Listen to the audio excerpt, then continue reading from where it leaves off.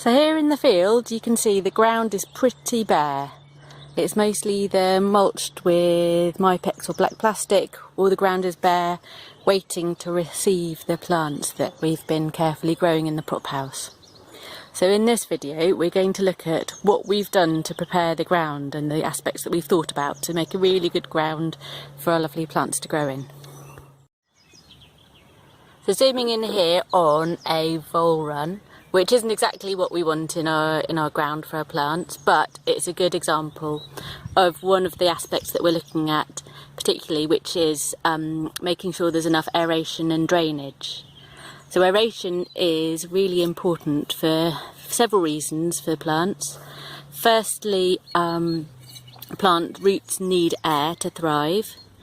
Secondly, if the soil's compacted, the roots might not actually be able to get through the soil, so they might not be able to grow as big and as strong as they need to. Compacted soil without aeration and drainage is also more prone to runoff and losing nutrients. And if you have compacted soil, when you come to planting your plants out, it's really hard to get through the ground to dig the hole to put them in. Whereas this really nice loose soil is easy to dig a hole to put our plants in. So to improve the soil, we have various things that we add. One is this municipal compost. It improves soil structure, but it has disadvantages of being dry, and it doesn't bring lots of life to the soil. Another good soil improver is this lovely manure that we get delivered from the ponies. It adds loads of rich nutrients, and because it's got straw in, it sort of creates a good environment for fungi as well. Then we've got this lovely mushroom compost that we get from the mushroom guys next door.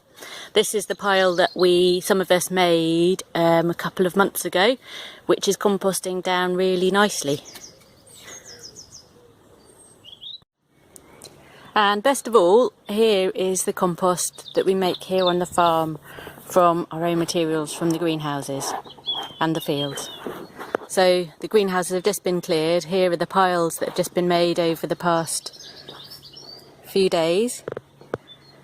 And here are some of the results 6 to 8 months later. This lovely, rich, dark compost. This will add loads of goodness to the soil, has really good moisture retention. It's really well composted. There's a few twiggy bits that we can pick out, but mostly it's really well composted. It's really great stuff, a really good soil improver. So spot the problem with this bed. Is it ready to plant out in? Another big aspect is that it's really important for your beds to be weed free. You know, there's some lovely flowers in here. Got some lamb's lettuce there, I think. And all sorts of lovely plants. Our poor little chard plants aren't going to have a chance. These weeds are going to take the water, the nutrients and the light that our chard plants need. And so here they are planted out in a lovely weed-free, well-aerated bed. And the last thing we're going to look at is the importance of hygiene in your bed prep. So here's my fork. I've been working hard on the bed, and oh my goodness, look, there's a couch grass root tangled around it.